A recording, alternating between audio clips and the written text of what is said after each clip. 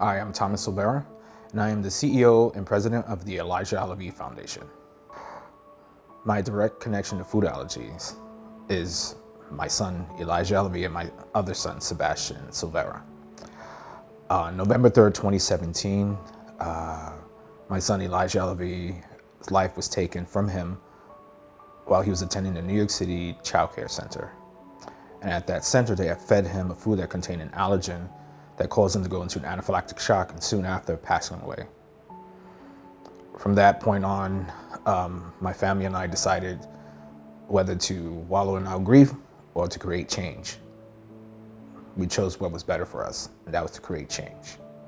From that moment, we reached out to organizations like FAIR to help us with the legislative process. Because we needed to do something. We understood that there was a gap in the child care policies in New York State. And once we noticed that gap, we decided we need to close it. So we've been working tirelessly and diligently with everyone from local politicians to organizations to create this impact. On September 19 of 2019, the governor of New York signed Elijah's Law. And that had changed the game for how food allergy is seen and done and educated in child care centers in New York State. One of the interesting things when it comes to food allergies, there is a population that does not understand what it is. How do we educate them? How do we get them to advocate for us, for people like us? We create PSAs. We create advocacy efforts via social media. We work with local politicians, avid organizations, and go into these spaces where no one's familiar with that. Without the education, we leave vulnerability. And I think we can actually stand up and do something a lot bigger than what we're doing for ourselves.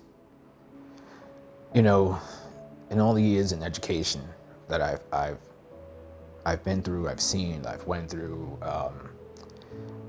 the best tool to educate so many on food allergies is teaching them how to mitigate risk, how to understand the understandings of manufacturing, labeling, mitigating, because there's no cure. So we need to do our very best, our endeavor best, to educate so many on how to do exactly that, is to educate, educate, and educate. No matter how many times we have to tell someone, whether it's once or twice, we have to keep educating. And I think that's the best tool we have right now until there is a cure. You know, we've been through this for years. We understand that food allergies is on the rise. It's one of those things that is concerning to our community, to so many across this nation.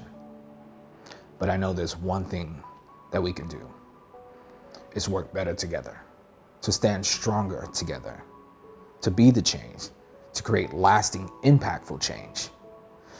And in order to do that, we need you. We need me.